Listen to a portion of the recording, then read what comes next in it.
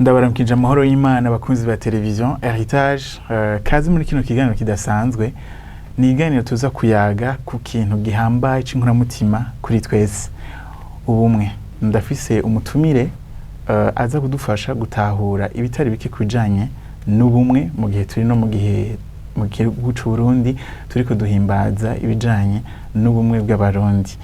Yitwa Oscar Nduwarugira, n'umurongozi w'ishirahamwe Great Lakes Peace Building Initiatives, niwe twakiriye hano. Ariko imbere yuko arongora n'iryo shirahamwe, n'umukristo ari impliqué mu bikorwa bitari bike, harimo n'ibyo yakoze byo kurongora amashirahamwe yo gwaruka n'abandi, kubera yizera ubushobozi buri mu bumwe yuko bushobora kubaka bukagira neza ikibano.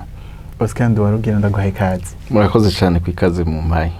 Nagerageje kudondora sinzi yuko kwidondora bariko baradukurikirana. Bo amazina ndi Umurundi nk'abandi Barundi, nitwa Oscar Nduwarugira. Murantera inkuru abantu nkabwira navutse kuri Micombero. Nuvuga ko imyaka ndiko ndayigenda. Rero nkuko babivuze, sanzwe mu buzima bwa misi yose ndongo ishirahamwe rijejwe ibyo gutatura amatati no kunywanisha abantu, aho twigisha abantu tukabaha ubumenyi bubafasha gukora ivyo bikorwa mu karere k'ibiyaga binini, no kuvuga u Rwanda, u Burundi na Kongo. Twagiriwe amahirwe yo kubakira kugira ngo tuvugane kubijanye n'ubumwe. Mbega ubumwe Bibiliya ibudefinisa gute? Bibiliya iravuga cyane ubumwe kuva mu ntango, kubera yuko urufatiro rwa mbere bw'ubumwe dufise nk'abantu b'abakristo twizera ni Imana yonyene ubwayo. Tuyivuga mu butatu. Imana ni imwe muge kabiri mu butatu. No kuvuga ico cyo nyene kirasobanura iyo turiko turavuga umwe muri Bibiliya. Mugabo kandi biravuga umwe bw'abizera, abantu bizera Yesu Kristo, ko babaye umuryango umwe, babaye umubiri umwe na Kristo, kandi hagati yabo bagaca baba umubiri umwe, bagaca baba abavukanyi, bagaca baba abantu bari hamwe. Iyo tuvuze rero ubumwe, nuko kuntu abantu bahuza umutima n'inama bagakora, bumva bose ko bariko bakorera intumbero imwe, kandi bakumva ko mu kibano barimwo harimwo gushigikirana no gufashanya kugira ngo bose bashike ku ntumbero. Kenshi dukunda gutanga akarori iyo turabize vy'ubumwe, mu Gifaransa byo twita equipe na groupe. Ni ibintu biri bidasa. Equipe ifise intumbero imwe, abantu bose bakora bagena ku ntumbero imwe. Dufate nka equipe ikina umupira, bose barondera gutsinda. No kuvuga umuntu wese ku nimero ariko aguma kina araba ko equipe itsinda. Mugiye tuvuze ikintu citwa groupe. Groupe n'abantu baja hamwe, umwe wese afise intumbero ziwe. No kuvuga umuntu ari muri groupe avuga ati iyi groupe ndayikuramwe iki. Muri uko gukina rero ugasanga cyane muri uko gukora, iyo abantu bamaze gukora nka groupe, umwe wese akina arondera inyungu ziwe. Niho usanga hagiyemo ibintu byo gutegana, ibintu byo gucengana, ibintu byinshi. Ugasanga rero abantu iyo bariko barakora nka groupe, bisanzwe nta umwe baba bafise. Baba bahuriye ku kintu kibafasha umwe wese kuronka inyungu ziwe, kandi umwe wese araba icakuramo, kandi kenshi aronse ntiyitaha abandi. Mugabo muri equipe bose bavuga bati dukeneye ikintu kimwe, nzana ico mfise kugira ngo dushike ku kintu kimwe. Nico gituma iyo equipe ikirakina umupira ikinjiza igitsindo, n'umugore ikipe ari hari inyuma arasimba akiruka inyuma gusanganira abandi no kunezerwa bose kana ko banezerewe, kubera yuko bafise intumbero imwe. Rero ko turasobanura ubumwe, ivyo ni bicapo tukunda gukoresha abantu baba bafise bati twese turi ko dukora turondera kibano ciza, two turondera neza ya twese. Rero ntivyoroshe bivanye n'uburyo umwana w'umuntu ameze. Mugabo iyo abantu bariko baravuga ubumwe, bisigura ko abantu barengera ico twita ukwikunda, hanyuma bagashira imbere inyungu z'abandi.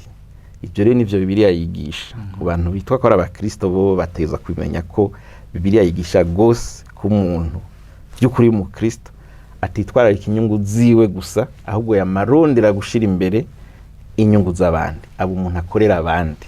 Nako karero Yesu yavuze ati uzogomba kuba mukuru muri mwebwe azokorera abandi. Uje mu ntango uza gusanga ni Imana imwe, ni Adamu na Eva. None bigenda gute isi yisanze ahantu iriko ihangana n'ikibazo c'amacakubiri hamwe n'amatati yaherekeje bigenze gute? Inyuma y'itongo rya Edeni ibintu byose byarahindutse, kuko umuntu yataye ya shusho Imana yamuremamwo yarononekaye, hanyuma mbere aranirukanwa muri iryo tongo, hacabaho n'umuvumo w'icaha wakurikiye, ko Imana yavuze iti muvuye muri iryo tongo muzobaho murusha, kuvyara bizobaruhisha, inzoka zizobakomora, n'ibintu byinshi, isi izomera amahwa n'ibindi byinshi. Abantu baca bisanga muri ico kibano. Ugisoma neza mu bitabo vya mbere vya Bibiliya niho ucubona Kayini yica Abeli mwene wabo. Ntiyanamwiciye no mwishamba bagiye guhiga, yamwishe bagiye gushikanira ibimazi Imana. Uca wumva uburyo umwana w'umuntu yahindutse. Rero icaha kimaze kuza kikaja mu muntu ikamuganza, umuntu bwa bumwe yarafitaniye n'Imana agacamira nk'igikoko. Ni ukuvuga umuntu inyuma y'Imana afise izo nguvu zo gukora kugira ibikoko ubona bikora. Mbere tuvuga ko aja n'inyuma y'ibikoko, ibikoko bisangiye intuze ntibijyana. Ngo abantu baricana, abantu baragira gute, urumva hacajamwe ivyo bintu. Rero icaha rero nico catumye, nico gituma isi turimo no munsi iri mu bibazo, kuko umuntu acavukana kameremere yo kwikunda, yo kurondera inyungu ziwe uko bigenda kose, aho nyanga abanda barenganyagira gute ntaco bitwaye, ya nyota afise yo kubaho ukwiwe n'ivyiwe nabiwe ikiganza. Naha rero usanga twama muri iyo ntambara, ibihugu bigashiraho amategeko kugira abantu barayeko bo kubahiriza ibinamuga kandi baguma babirengako, abandi bakarondera gucinyiza abandi mu miryango, ugasanga induru ni nyinshi, bamwe bagomba gutwara byinshi abandi bike, bamwe baremera abantu ntibemerana, ugasanga rero nico kibazo. Ikibazo nyamukuru dufise mu kibano canke mw'isi nico kintu citwa icaha. Uvuze ikintu gihambaye cyane, ndashaka kumenya uruhara rw'ishengero mu gutsimbataza ubwo bumwe hagati mu kibano. Uruhara rw'ishengero rwategezwa kuba urufatiro runakomeye gose kugira ngo ikibano kigira ubumwe n'amahoro. Mugabo paradox urayizi, ibihugu vyacu vyo muri kano karere biri mu bihugu vyitwa ko bizimana cyane, ibice 90% muri Kongo hongirana hambere, muri Afrika mu Burundi no mu Rwanda 90% n'abakirisu. Mugabo niho hantu hambere hamye induru, kuva induru nyinshi, ubwicanyi butagira uko tubusobanura, amagenocide n'ibindi. Nuno musi tukiri mu ntambara nyinshi, yaho abantu usanga bariko baricana, impunzi nyinshi n'ibindi byinshi, ugasanga n'ibibazo byinshi. Kandi abantu ntibasiba gusenga, abantu ni benshi basenga. Mugabo ikibazo gica kiza, abantu basenga iki, abantu bizera ibiki, ikibazo ca twibaza ingorane irihe. Jewe rero nkunda gusobanura hegeze iby'ishengero, nkunda kubivuga mu buryo bubiri. Tuvuze ishengero turakwiye gusobanukirwa ibintu bibiri. Ishengero uko biri risobanura n'umubiri wa Kristo, ni huriro ry'abantu bose bizera Kristo. Abo bantu rero ku by'ukuri iryo shengero ntushobora kuribonesha amaso, kuko si inyubako, si iki. Mugabo n'abantu aho bari hose mu mpande zitandukanye z'isi bavuga bati turakira umwami Yesu, turakiriye Yesu nk'umwami n'umukiza w'ubugingo bwacu, kandi turamwemera kandi nawe aratwemera. Ni hamwe bivuga ngo Yesu umwungere araza abiwe, intama ziwe kandi intama ziraza umwungere. Abiwe Yesu arabazi kandi nabo baramuzi. Mugabo je nawe biragoye ko tubamenya, kuko ndashobora kwibaza ko uri umwe muri bo mwagasanga nihenze, kuko ndi umwana w'umuntu. Mugabo Imana Yesu ubwi warabazi. Abo rero bari mu ishengero gitwa ko n'ugero rw'ishengero, aho uvuga abizera Kristo vy'ukuri bazwi, kandi abo barahari. Ntaho ushobora kuvuga ngo ntabahari, igitigiri cabo ntawe ukizi. Akaro keza ni muri Bibiliya aho Eliya asugerejwe ariko arahigwa, akabwira Imana ngo ni wasigaye wenyene. Imana toya, hari ibihumbi 7 n'ibiki, sina 2 canke 3, ni ibihumbi 7 n'ibiki we utazi. Hari gere dukunda guca imanza tukavuga ibintu byinshi, mugabo ab'Imana irabazi. Gere n'ishengero ritaboneka, muga iryo shengero cyasuye kandi rikaboneka muri amashengero dufise tubona rero twita amazina, amadenominationnike. Aya rero aho bikunda kutugorera nuko tugomba kuyitiranya n'iryo shengero rya Kristo. tuvuze ishengero tukaca twumva Minevamu, tukaca twumva Fekabu, abagenzi, Panekote, twaraba ivyo bintu biri muri ayo mashengero bigaca biducanga kubera yuko bimwe biri no munsi y'aby'abapagani bagira. Uvu muja muri club ya Rotary canke n'ibindi akuja muri amwe muri ayo mashengero ubonye biriko biraba abantu bicana bakagira gute, abandi bagaterana intebe, abandi bagakubitana, abandi injyane nyinshi, imanza zikaba umurengera, ugasanga nibazo byinshi. Tuca tuzazanirwa rero tugasha tugira ibibazo ngo none ngishengero ngo ryarananiwe cyane ntiryananiwe. Ishengero rya Kristo ntishobora kunanirwa. Bibiliya ivuga ko ningo izikuzimu ntazishobora kuzikurigira kuko ryubakiye ku rutare ariko Kristo. Muga ibi bintu twe twubaka byazanywe n'abazungu bakatwubakira bimwe binavyo tukavyembana n'iki bihagaze ku nyungu zitandukanye, rimwe bamwe banabirimwo bataramenya n'uwo Yesu wariwe kubera imirongo bacako n'ibindi byinshi. Hama harimo ikibazo rero jewe ku ruhande rumwe mvuga nti ishengero rya Kristo ry'ukuri ntiryananiwe kuko muri ibi byose tubona abezwa babandanya bezwa, umugeni wa Kristo abandanya ateguka kandi umunsi n'umunsi Yesu azoza kandi Yesu niyaza abiwe bazogenda.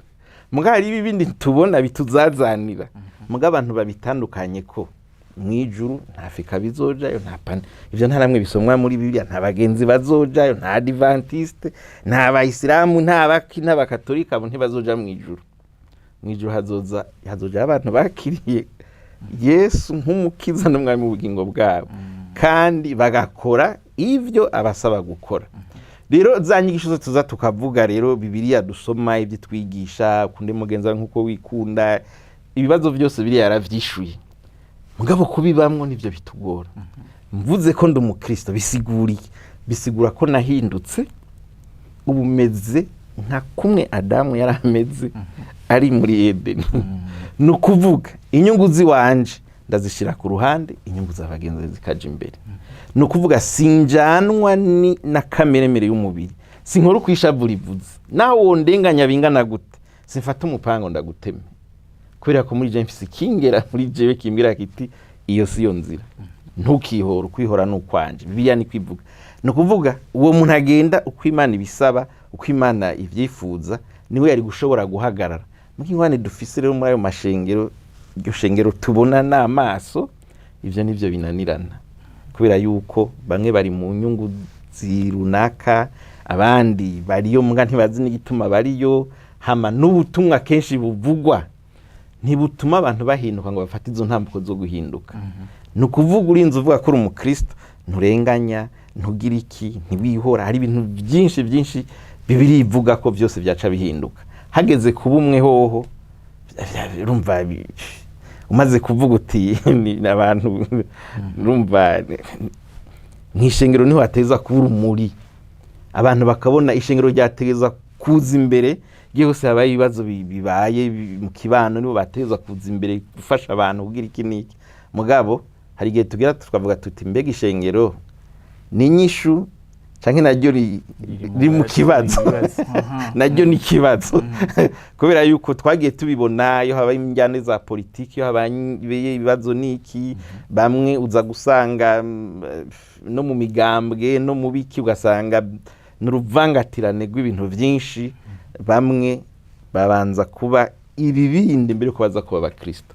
Hageze inyungu hari umuntu akubwira ati mbanza kuba umuhutu mbere ko nza kuba umukristo, undi ati mbanza kuba umututsi mbere ko nza kuba umukristo. Ugaca usanga n'abantu mu mashengero ni migabane itandukanye, ariko bavuga ibintu bimwe, ntibahuriza hamwe. Iyo Bibiliya ivuze ubumwe, twategezwa kuba urumuri rumurikira igihugu, kandi nimbi gucarimwe nk'abakristo benshi, amashengero yari menshi, abantu bizera Imana bari benshi, amahoro yacaba menshi. Mugabo urabona ko atari ko biri. Ahubwo nyene ni gute malgré ivyo bintu abantu batandukanira ko ubukristo bwo bimira, abantu bakumva yuko mu by'ukuri n'umubiri wa Kristo ntibakwiye kujyana, ntibakwiye kwivanga mu bijana n'amacakubiri. Ni gute ako karanga k'umukristo koduga kakamira ivyo bindi, kakaza imbere y'ivyo bindi byose? Niko vyategezwa kugenda. Nuko abantu basuje namanda kivuga, abantu bose bitwa ngo n'abakristo basenga bafite amashengero, ku by'ukuri ni basubire muri Bibiliya bakora ivyo Bibiliya ivuga, bareke bimwe by'abazungu. Hari ibintu abazungu bazanye bitari Bibiliya, mugabo tuguma tugira no munsi, hari ibindi tuzana twebwe nyene, hari n'ibindi biriho mugabo by'abantu nyene bironderera, kuko tukivugana ukuri hari abantu bashinga amashengero bafise izindi nyungu atari no kuvuga ubutumwa, bafise kuronderamwe amafaranga, hari ubutumwa bwo gutungisha abantu n'ibiki, umuntu ugasanga vyose nico twita manipulation. Ushobora no kuraba ugacubonane surusengera abantu bagiye no gusenga, abantu bariyo kubera bibaza ko bahava bakira ingwara, bava baronka ibi nibi, suko bemera Imana ko ishoboye byose niki nibindi bintu yuko bararondera bitabonetse ntibashobora guhagarara.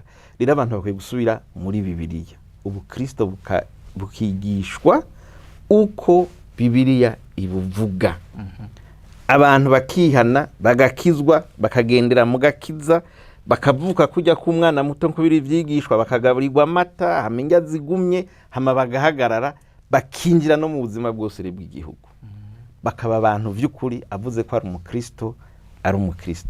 Je ndagomba kuzubona aba bantu bose aho abashikiranganje batubwira bati ndabihevye kubera ko ndi umukristo, ivyo bakeneye ko nkora navyo nkora. Ndakiye kubona abagenerale canke abagenero b'abasoda bavuga bati nta nambara tujamwo ko nta fondema zifise, turaba Kristo duhagarikiye amahoro, izi ntambara nta kamaro. Ndakeneye kubona abantu benshi bahagarara bakavuga bati ibintu turavyanse, ubuzi turabuhevye, aya nomination turayanse, izi nkoro turazihevye kubera yuko zinyuranye n'ivyo twizera. Abantu barakwiye kuboneka kuko bose bavuga ko ari abakristo, mugi biriko biraba n'ivyo barimwo, ubutungane nta kigenda bwuzuyemwo abakristo. Hari uwo duheruka kuvugana cambwira ngo ndamwaje nti none urubanza wewe uri umujiji urarubona neza aho rutumbereye, bagaca bakubwira ngo rugoreki, wobikora ngo nobikora nyene kubera yuko Bibiliya ivuga ngo twubaha abaganza. Namwe ntivyo sivyo, nta namwe biri twigisha ko tuzakora amakosa ngo nukubera abandi bantu babivuze, kose bazobibazwa. We niwe wabikoze, ahubwo vuga uti ni intege nke ziwawe, ufise inyungu urondera mu guca izo manza, n'ubuzima ni iki, mugabo ntikurahagarara nk'umukristo vy'ukuri. Babwira uti akurubanza ndaruca gutyo, akazi ndagahevye. Nibakubwira ati turakwica, ubabwira uti urupfu ni irembo ry'ijuru, kubaho canke gupfa ni inyungu, niko Paulo yavyigisha. Reka byose biranditswe muri Bibiliya, muga kubera atavyo dufise duca tuja mu bindi vy'iki, mugasanga ku vy'ukuri mbega ikindongora n'igiki, ni inyungu ndiko ndakura mu kazi canke nuko nubiryo shaka ryo gutunganya ikibano ciza. Rero naho nibaza ko dukwiye gusubira abantu bigisha, abantu bafise amashengero bigisha abantu. Hari ibyo nahora mbona mu gihugu kimwe, umuperezida aje uwo munsi na programme yose igaca ihinduka, abantu bagaca bagira ko azona imisa yose irahindutse kubera perezida yaje. Suko byategeza kugenda. Nawe akeneye kubwirwa ubutumwa, niba yaje mu rusengero nk'umukristo nabwirwa ubutumwa bwiza bw'ukuri, butuma nababa amenya ati nk'umukuru w'igihugu ndi umukristo, mvuze ko ndi umukristo mpagarara gutya, ibintu bigenda gutya ku neza y'abantu bose. Rero ico nico kibuze, dufise abakristo batarongorwa ivya mpemu yara byose n'ingenda nabivuga, batarongorwa n'ijambo ry'Imana, barongorwa n'ibindi bintu binyuranye n'ijambo ry'Imana. Ivyo navyo nta kindi biza kuzana, ntibishobora kubaka amahoro, ntibishobora kubaka ubumwe, birasambura kuko bihagaze ku nyungu z'abantu, ku vyimviro by'abantu. Uravye le filosofi abantu baba bafise n'izindi ya migani ngo utabeshe ntasumira umwana, ibiki n'ibiki, hagupfa wobimbwa ibindi byinshi, cyangwa wakubimbwa wobimva. Urumva imigani duba dufise y'ikirundi bayuze mu mutwe, nandi ma principe n'amateori menshi y'ubuzima aca tuma dukora muri ubwo bujyajya bwacu bwo nyene bwita ngo n'ubukristo, aho guhagarara kwijambo ry'Imana ritomoye neza ritubwira ibintu by'ukuri, ugaca usanga ari byatunaniye. Naho nibaza rero ko ariho dukwiye gusubira. Mbega amashengero uno munsi yubakiye kwijambo ry'Imana canke ku vyumviro by'abantu canke ku mico n'imigenzo y'aho abantu babaye?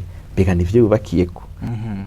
Ikindi kibazo no kubaza, ubwo abakristo barahari mugabo ugasanga mu maka atari make barahora baranuma, ntibyoba biri mu bintu bituma umenga nta impact kubera abanuma. Mfatiye ikibazo kubera yuko mu kibano hari igihe hashobora kuza ibintu by'amacakubiri canke kuri internet ukabona abantu baracavuga ibintu by'amacakubiri mugabo hakabura irindi jwi rishobora kuvuga ibintu nk'uko ijambo ry'Imana rivuga. Ku kibazo uri kuravuga aho uvuga uti abantu barahora nyene kubera yuko n'ubutumwa bigishijwe n'ubutumwa bwo guhora nyene kubera yuko n'abakristo mugabo guma ari basinda bibazwa. Narigeze gutanga akarorero ngaha ku buryo ninjiye mu kibazo kitandaba ku muntu usanze kwibarabara kikantwara amasaha imisi 4 ndagikurikirana. Umudamu yari yarahungutse hanyuma atakaza impapuro zamufasha kuronka ivyo afungura n'ibyo gufasha umwana. Mukuru wa quartier aramwima recommandation bamusavye ndavyinjiramo gushika yironse bintwara imisi 4 n'uburyo nashize ko niki mugabo ndemera ndabikora. Rero umukristo vy'ukuri asoma ijambo ry'Imana kandi arizi mu bisanzwe yateza kuba umuntu wa mbere yitaho ineza y'abandi. Ntushobora rero kuvuga mu gihe ukiri wa muntu avuga ngo jewe nabi wanje ivyo birakwiye. Hanyuma nce ngaruka muri Bibiliya aho Yesu avuga ati muri abakunzi banje nimwakora ivyo mbagera. Hama bigishwa bati tubwirizwa rya mbere. Yesu arabwira ati kunda Imana n'umutima wawe wose ati rikurikira risa n'iryo kunde mugenzi wawe nkuko wikunda. Bati none mugenzi wanje ninde? Kandi ikindi kibazo babajije sinzi uko yuko umugani Yesu yaciye w'umusamariya w'imbabazi. Yesu acaca umugani w'umusamariya w'imbabazi ariko arabereka umugenzi ukuri. Umugenzi bakwiye kwita umugenzi. Bo bitega ko acavuga mu vyara we ibiki n'ibiki bo bavukana n'ibindi byose basengera hamwe. Mbwa Yesu acazana igicapu c'umusamariya w'imbabazi. Umusamariya n'umuyahudi bari abantu badahuza banenana badashobora gukorera hamwe.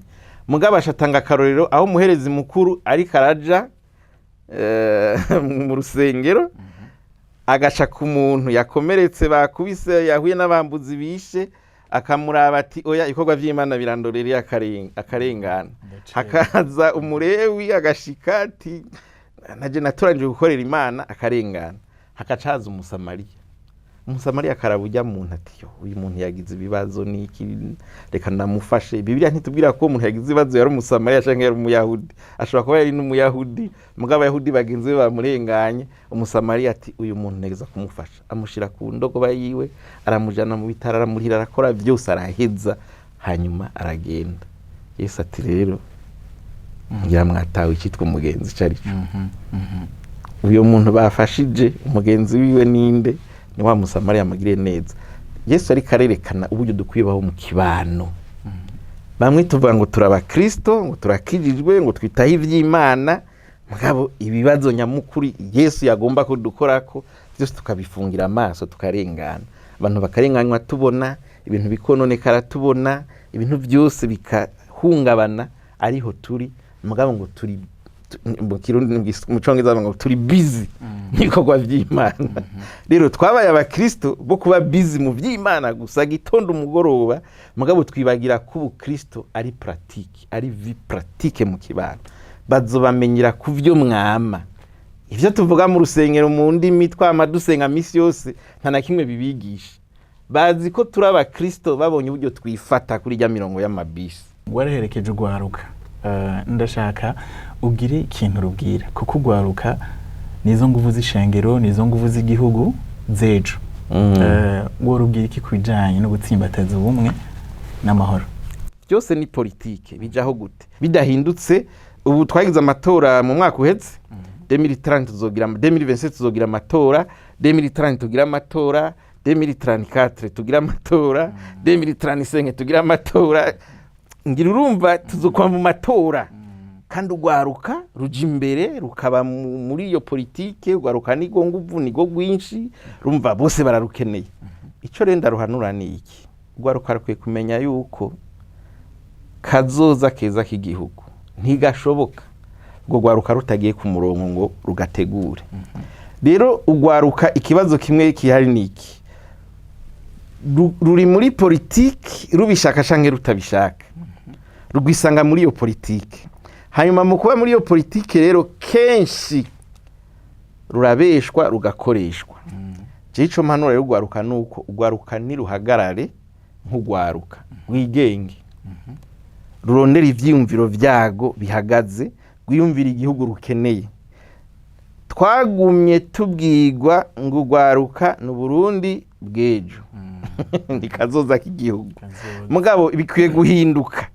Ugwaruka gumve ko ari go rujejwe igihugu no musi, nigwaguma gwiteza igihugu rurazwe ejo kazoza ruzogira ibibazo, kuko ruzoguma rukura gwisanga gwagumye rujana na babantu barujana muri vya bindi nabo bafise inyungu.